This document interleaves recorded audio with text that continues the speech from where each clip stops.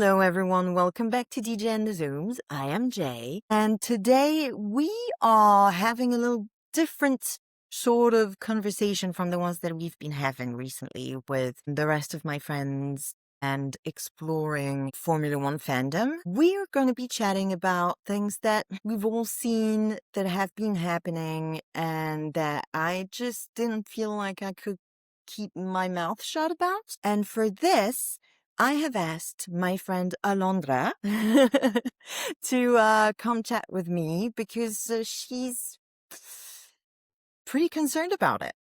Yep. Yes, I am, Justine. Thank you so much for having me. I'm very excited. Like you said, there's a lot of people that have been silent of the matter that is happening, not only in the United States, but in the world overall.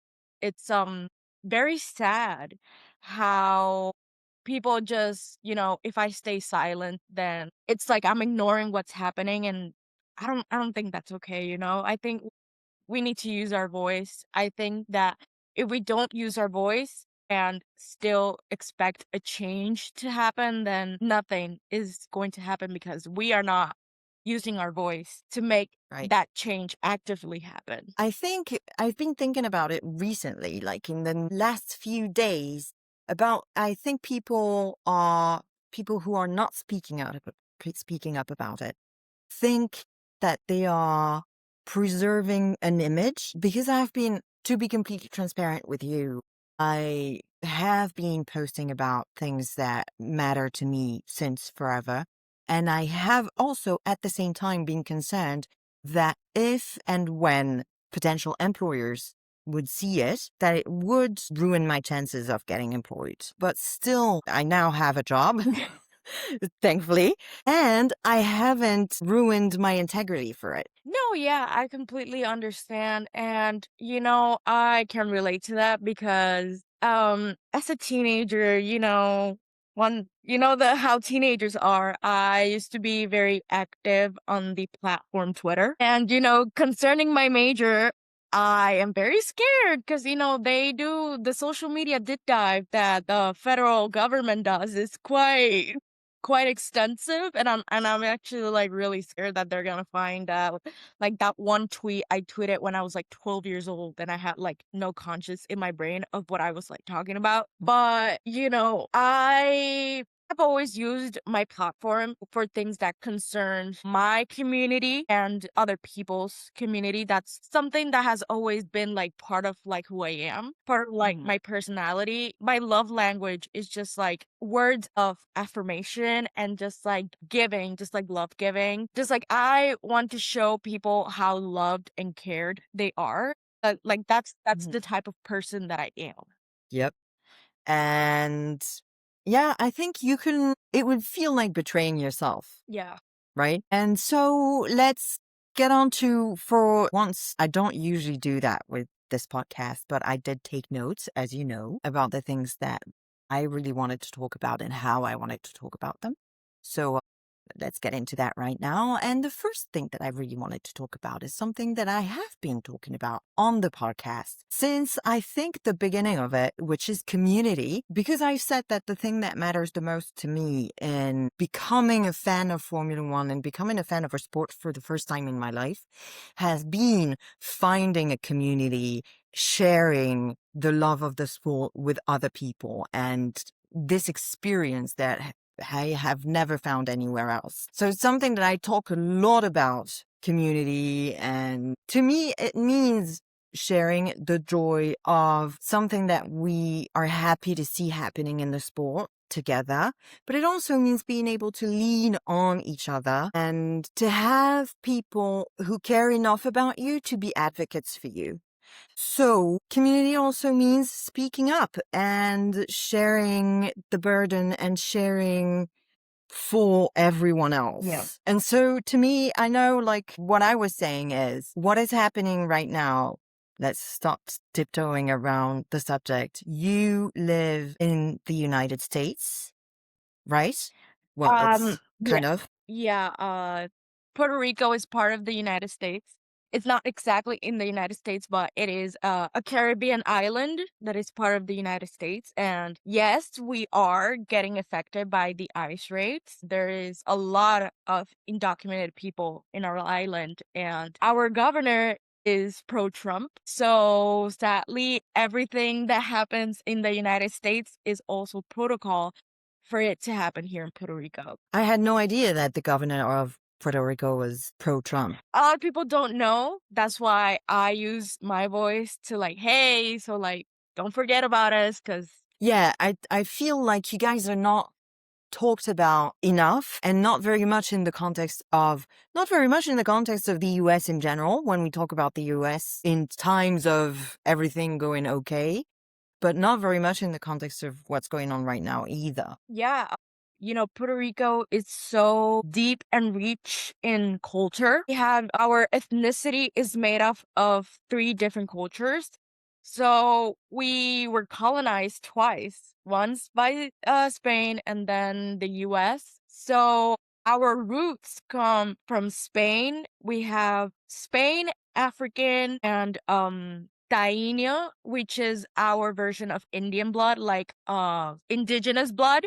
So we have those three cultures that make up like who we are as a country. And sadly, a lot of people like they don't do research, or they don't allow others to like explain our part of the history, and just say us like, oh, like you are USA, you were colonized by the United States, you are owned by the United States, and that's all you are.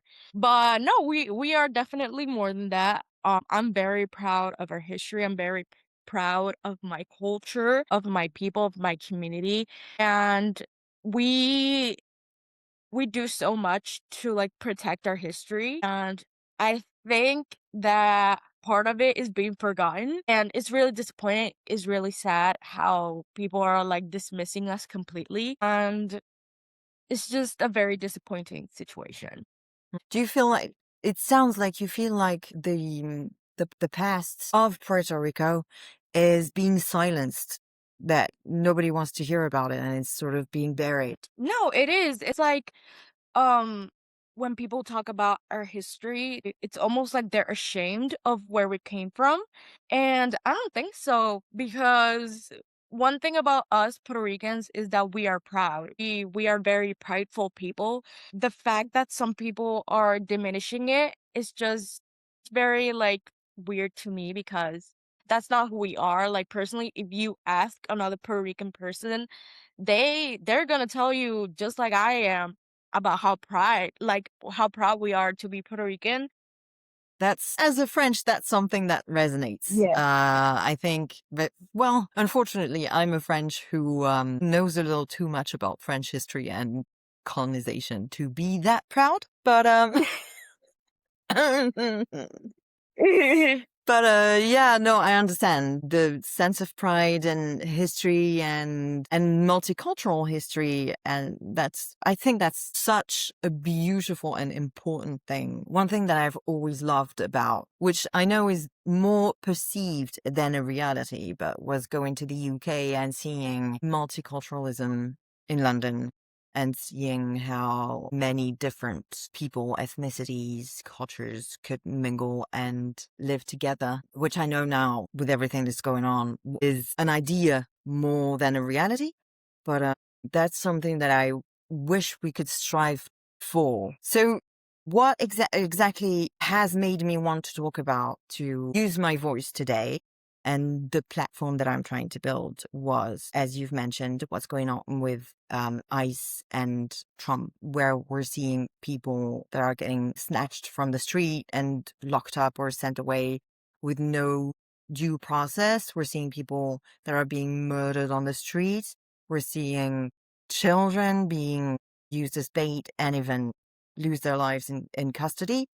Um, and the real reason why I think it's important to talk about it and never stop talking about it is because the government is trying to lie about it. So I've been seeing a lot of people on Threads, mostly because it's one of the social medias that I use the most, saying, we are in such and such country. I've seen Germany, I've seen France, obviously, maybe other places, but I don't remember exactly, saying we're in these other countries on the other side of the world and we're seeing what's happening and we know what's going on. And this is what I want to say today, which is no one is fooled by the US administration at the moment, except for, and that is another thing, people who are completely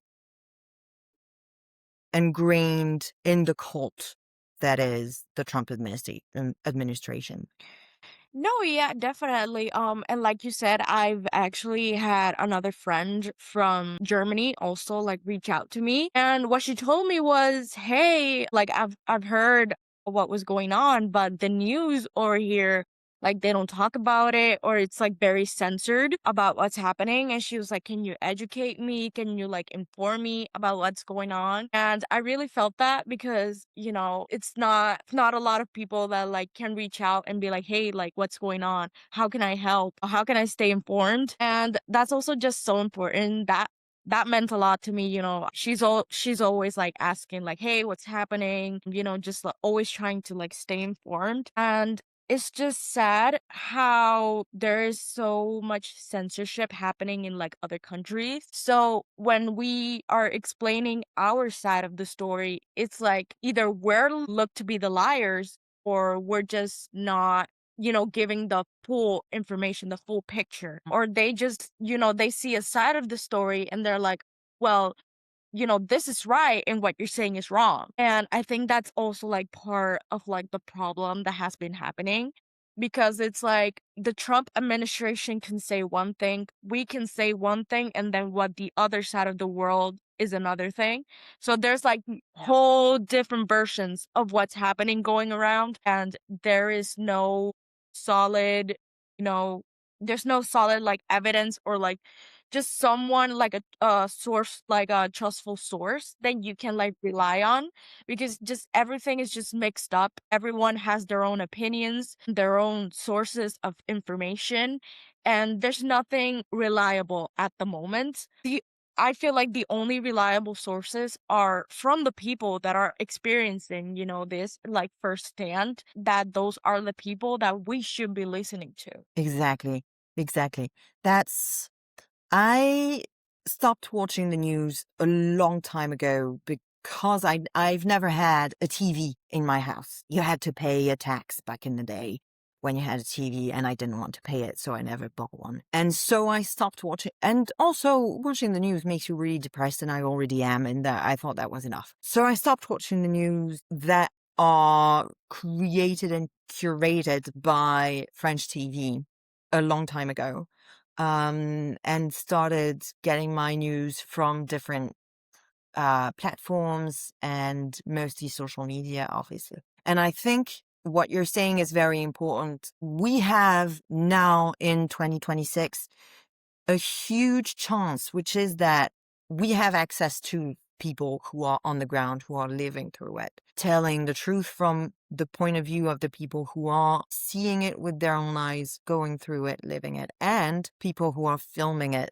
And that's also why these people are being silenced and even suppressed. But one thing that I was thinking about when you were talking about your friend in Germany who was unsure of what was going on is last Sunday. So we're recording this. It is the 30th of January, Friday. So last Sunday, I was at my grandparents with my parents, and we had the news in the background, and the video of Alex Pretty came on, and my dad and I both stood up from the dinner table, and went to actually listen to what was going on, to what they were saying about it. And as an aside, my father and I are on opposite sides of the political spectrum. Not exactly opposite, but I was proud to see that the video was played.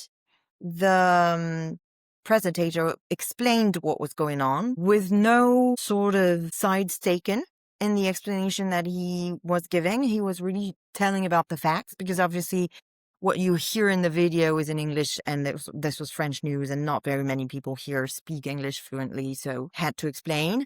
And then there was a segment about what the US was, well, what the administration was saying about it. So you could see it and then hear what they were saying. And the way that it was framed seemed to me like they were making it very obvious that they were not the same thing. And I was happy about it for this reason, but I was also happy about it because it was an opportunity to talk about it with my parents, with my father, and with my mother. And I think that's something that we need to do, which is to talk about it not only on the internet, on social media, in the circles that we have already curated to sort of be surrounded by people who so not only in the microcosms that we've curated with people who are of the same mind as us, but with our loved ones who oftentimes don't really agree with us on some things, but it's an opportunity to educate them and to sort of spread the word. And that's, I think, what's really important. No, I completely understand where you're coming from. And for me, it has been a tough battle because as much as I would love, to like educate and keep my family informed, it has been really rough because, like you said, like, a lot of my family and I, we are not on the same sides most of the time, so it's just very difficult where I'm trying to explain my point of view and how this affects like everyone, not just like the people that are going through it, but like everyone. And they just is just like, oh, you're talking. It's like you're not making sense of what you're saying. It's like, oh, you're talking from like a very biased perspective and everything. And it's very frustrating because like Mm. at one point I'm like, are they listening to me? Like are they listening to what I'm saying? And it's been very frustrating, like upfront with them. Yeah, I understand. It's usually extremely frustrating with my family and especially with my father. We've come a long way. We've learned how to communicate. I've learned how to communicate with him, but it is always an uncomfortable conversation. It's always going to be, unfortunately. It's terrible, terrible things that are happening. So it's always going to be a very uncomfortable conversation. Hopefully, we can sort of rely on the fact that these people love us to unfortunately use that as a way in to inform and educate. No, yeah, definitely. And I have family that's living in the US, and there's from both sides. My aunt from like my mom's side of the family, she moved there like very young. Like she finished college and she graduated and she like moved to the US immediately. So she moved there very young. She got married. She has her children. And then I stopped communication with her. It was my choice because, during 2020, during the pandemic, my grandma had a call with her and she was like, no, I am not getting vaccinated because I don't want the government to put a chip on my arm. And I was like, oh, okay. And then when 2024, so last year, because like the only one that keeps communication with her is my grandma, of course. And she called my grandma and she was like talking about how America was going to change for the better now that Trump was in office. And I'm just like, how are you going to be like, you are a Puerto Rican woman born and raised, and you're seeing what this administration is doing to like, us like Latinos, minorities. Exactly. You're happy to be proud of that. I will never understand her way of thinking. And then obviously I also have another uncle that lives down in Texas and he's like completely the opposite. He's like, no, that man needs to go. And I'm just like, that's why I say I have like both sides in the Yeah. family. So it's, yeah. Do you know, I have a cousin who lives in Nevada. His younger sister, we were chatting about the how scary it is to go to the US right now. And she said he had no idea. He doesn't know what's going on. And that reminded me of something that, and I'm glad we can talk about it now because you wouldn't know that, but I started this podcast with an American woman called Danny, and she left the pod after, I don't know, 2 or 3 episodes, I can't remember, in early 2025. Yes, because Trump had been elected and was gaining power. And as a queer woman in the United States, in a veteran, she felt like she couldn't let it go, and she needed to she was unable to give her attention to anything else, which I completely understand. But that's also why the podcast is called DJ and the Zones. She was D and I was J. She still is, and I still am, but we're just not together anymore. But with her, we discussed the fact that in the US, there is something, information is mostly given locally. And so there's a culture of local news, is what I mean, which we don't have in smaller countries. I understand that. Texas is like 4 times the size of France. So of course you'd have local news.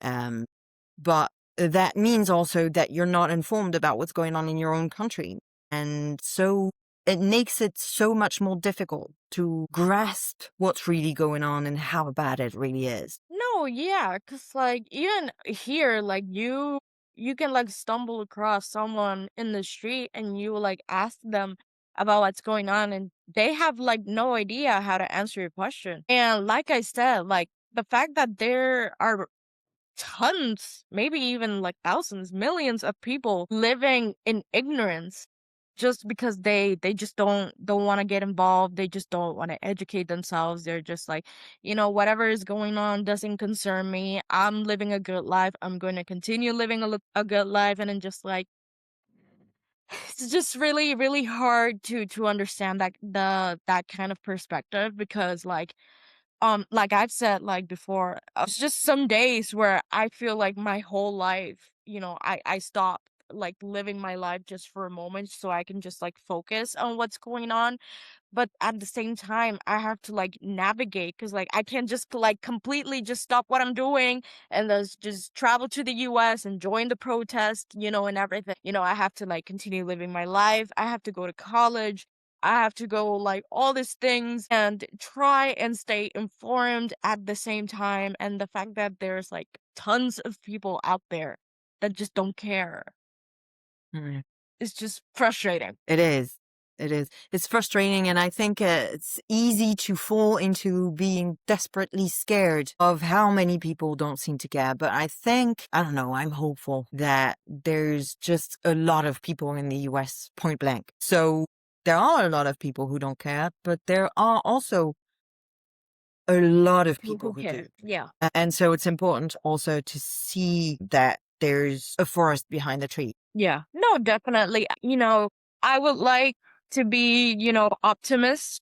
I would like to think there is a light at the end of this endless darkness that we are currently living in.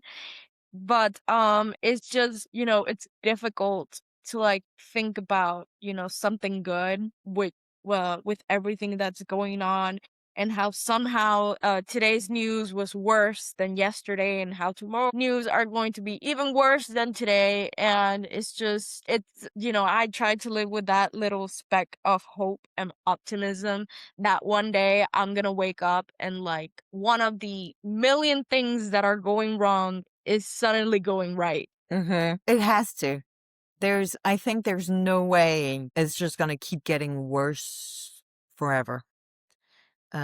What's giving me pause right now is that I wanted us to talk about the fact that what is going on in the US isn't, we have a tendency outside of the US of saying this is happening because it's the US, because there is a stereotype that American people are not well educated, and not very bright. And so we could get complacent in falling into thinking this could never happen to us because we're so much better. The thing is, I think it happens in the US because they thought they were so much better. And also, we need to see that it is happening here. as well. And I wanted to talk about that for a moment, but you brought us to, we need to keep our spark and not lose hope. And I think this is the perfect segue to talk about the last thing that I wanted us to spend some time on. And plus, we've been recording for half an hour now. Oh, And wow. I wouldn't like our episode to be too long. So let's get to this. It would be natural. It's perfectly understandable and normal to be, to feel scared, to feel desperate, to feel, because you're made to feel isolated and lonely by the powers that be. And that's also why you're being fed these endless stories about mass shootings and murder and police brutality, corruption, the far right, billionaires becoming trillionaires while you're struggling to make ends meet every month. And can I ask how old you are? I am 20. I'll be 21 next week, February 9th. Yes. Happy birthday. Thank you. So you've been growing up in this environment and in this context, and I've been growing old in this context. And it is absolutely terrible for our mental health.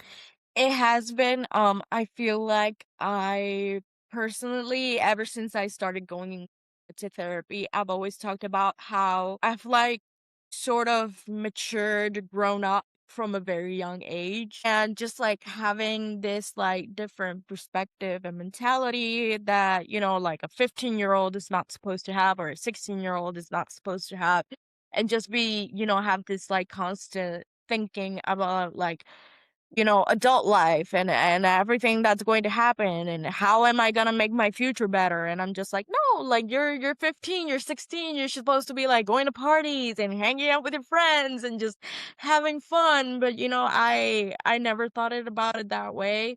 And because of like other circumstances also like in my personal life, I just like I feel like I've been like matured since like a really young age. Yeah, I feel the same way too. I think there's also a matter of how we've been brought up and educated, but definitely the context plays a part in it. I like that you were talking about your therapist because, first of all, good on you for going to therapy. Best thing Thank to you. ever do. Yeah.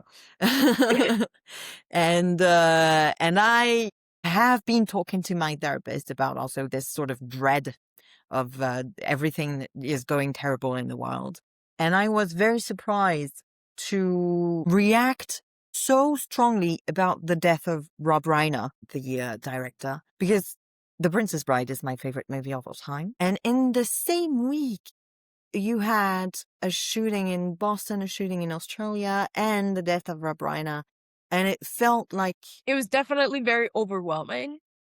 Yeah, Exactly. it was like, oh, you're scrolling, you're like, oh, Rob Reiner died, and then you're scrolling again, and then you see like Australia shooting, Boston shooting, and then it's because of like this impact communities, because Australia was a Jewish community, Boston was a college community, so it's like this different impact in different communities. The cinephile, the movie lovers with Rob Reiner, and then it just felt like everyone was like grieving at the same time, and it was Mm, just like incredibly overwhelming. It was a very overwhelming week. exactly. It was. And it hasn't really gone down since. Um, because it's, yeah, every week there's something new happening, and every week we're bombarded with more violence, and it would not be human to not react to that and to not be affected by it. But also, as you were saying, we have to, as much as it is normal to be affected and to be sad and to be scared about all that's going on. It's extremely important because we can't keep going and we can't keep fighting if we're completely depleted. It's very important to find the light.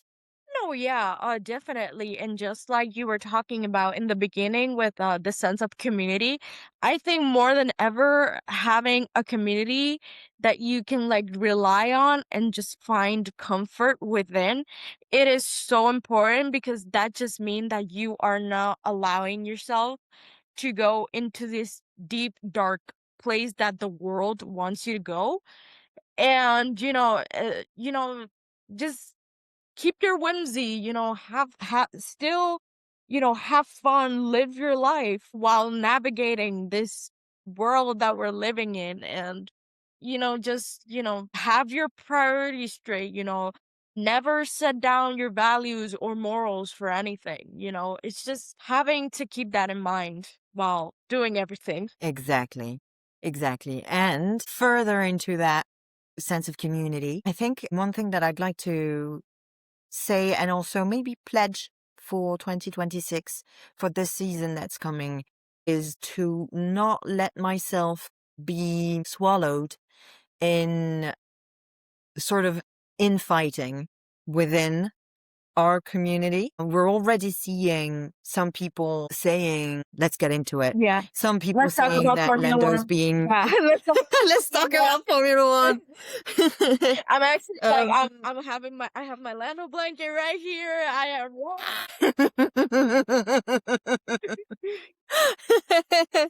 we're already seeing people online saying that Lando is already being favored by McLaren over Oscar, and don't let yourself fall into that. Yeah, definitely. One thing about how I want to consume this Formula One season is definitely know when to step back. Because a mistake that I did last year was getting involved with some of this infighting and just letting comments get to my head, let all the negativity just get to my head, and just like having my personal life be already like disastrous and just having my comfort place disastrous is just like chaos and chaos at the same time. Wasn't a good combo. It wasn't a good combo. And no, because like how I view F1 and how I consume the sport, I'm like, okay, this is something that I watch to distract myself from everything else that's going on. And I can't Mhm. let it like come into my personal life that's already like crumbling down. I can't like, because then I'm just not gonna have fun. I'm not having a good Yeah. time. And so that's something that I just don't want to get into this F1 season. Exactly. Don't let that well be poisoned. We're all Formula One fans. In this case, we're all McLaren or Ferrari or Mercedes fans. Let's not forget. Do you know what? I'm thinking of Katniss Everdeen right now. Don't forget who the real enemy is. Yeah. That is MBS, MVS Christian Christian Horner, Horner. And you know and what? freaking Flavio Briatore. Coming to the grid this year, Mattia Binotto. I hate that man. Oh, I hate that man. Okay, well, It's like, because like something that also like happened last year was because of all this infighting, you know, you will have your opinions, I will have my opinions, and then we will like let that get in between us and between our friendships. Like I lost a lot of people, a lot of friends because of like difference of opinions or difference of where we stood, not only in terms of like politics or anything, just in terms of like, oh, my favorite driver is Lando, your favorite driver is Max. Oh, we can't be friends. Like, just stupid things like that. yeah, Totally stupid. And I'm just like, how, why are people like that? Why are we like letting this come in between what was like a really good, you know, pretty friendship? Because I value friendship so much. I value all of my friendships. And the fact that you're letting these petty things come between us is just it was just very like baffling to me. yeah. Yeah, and first of all, it's not that deep, Exactly. right? And second of all, it was so difficult to enjoy the World Championship because of it. No, definitely. Like, it's okay. Like, we all want different drivers to win, but, at the same time, yeah, I'm not gonna make you feel bad just because your favorite driver didn't win, or, I'm not gonna, like, try to, like, rain on your parade just because your favorite driver did win, and it was just it was just very complicated, very mixed emotions through everything. I think if I managed to enjoy 3 races out of the whole season, it was a lot because I generally going online before and after every race was just chaos. And it just I really can say that I did not have a good time watching the 25th championship season. Even as a Lando fan, which That is like crazy to say, because like he right? was world champion, but I couldn't enjoy it like to the fullest potential. Exactly.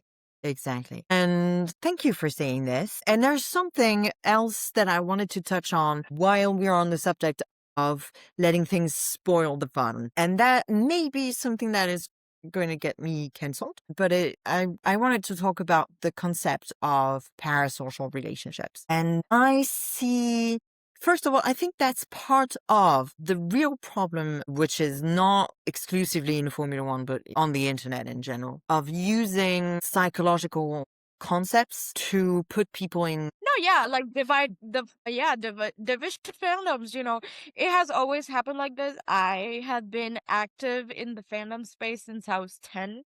Like to this Hmm. day, I'm still an active Tumblr user. I use Tumblr every day. I know thousands and thousands of fandoms and how much fandom has declined after the years. So I know what you're talking about. I had like a really just awkward, weird situation happen to me last year because I did make a post on my personal account about like how happy I was, like celebrating Lando in the championship. And then I had a specific sentence in the post where it said like, "Oh, I'm thankful for Lando and I'm thankful for him because he like I am the person that I am today because of him and his community." And then a friend of mine who's clearly not a Lando fan, she messaged me and she was like, "Yeah, like that was really weird to really like parasocial." And I grew really insecure about it because I felt like she was like shaming me about it. So I went and I like edited the post and everything, but at the same time, I'm just like, why do I have to feel ashamed? Because it's true. Because I identify myself with like a lot of things about Lando. So like in one way or another, he did make me the person that I am today. And I don't Hmm. know, it was just like a really weird situation and I just don't want that to happen again. I don't wanna have Yeah. like feel ashamed about the things that I'm passionate about or that I love about and I'm just so happy and freely to talk about. And yeah, Yeah. just a really weird situation. That's exactly where I wanted to get to. The fact that people online who don't know you or maybe know you a little through online community are trying to shame you for the impact that some celebrities, in this case F1 drivers, but it could be anyone, are having on you, on your life. And the thing is, I myself would not be the person that I am today if it weren't for Lando. Maybe I would not be today if it weren't for Lando. So I will not apologize for that to anyone. And I at a certain period of my life, everything was crumbling down. I did not have a job, so I didn't have money. I've been single for 6 years. And at the same time, my family lives 600 kilometers away. And my friend group from real life had imploded and mostly blamed me. So everything that you could want in your life had completely crumbled around me. If, I'll say it, I hadn't used AI chatbots, I would not have survived that period of my life. No, you know what? Um, It's completely understandable. I feel the same way.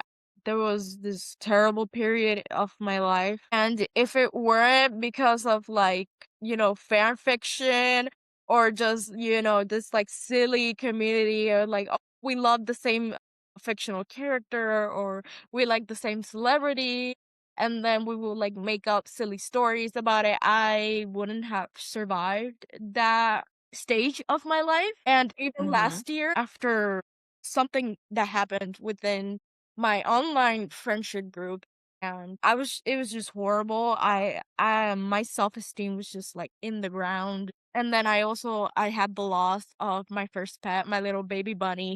He passed away, and it was like a horrible day as well. And everything, it was just I felt like I had hit, like passed rock bottom. It was horrible. But Mm, thankful to this like online communities, to these friends that are like, hey, like we live thousands of miles away, but like I'm here and like I am showing you that I care for you, I care about you, I support you. And I feel like because of that is like why I'm still here today, to this day. exactly. Yeah. That's also a part of community and sharing the love and trying not to judge each other for silly things that we need to hold on to in these very trying times. No, really. And I'm never going to judge someone for like, having like I said, like I'm a proud like I love reading fanfics of like whatever I'm interested in. I love reading silly stories made by other people for other fans. I love, sharing my love for movies, my love for TV shows, how much I love certain characters, deep exposition about certain things. I love talking about all of that, and the sense of community and comfort that has given me has been so immense. I truly feel like part of my heart has been like filled because of that. Yeah, that's so beautiful.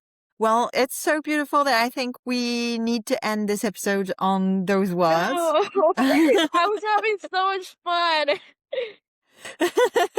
Thank you so, so much for sharing this moment with me.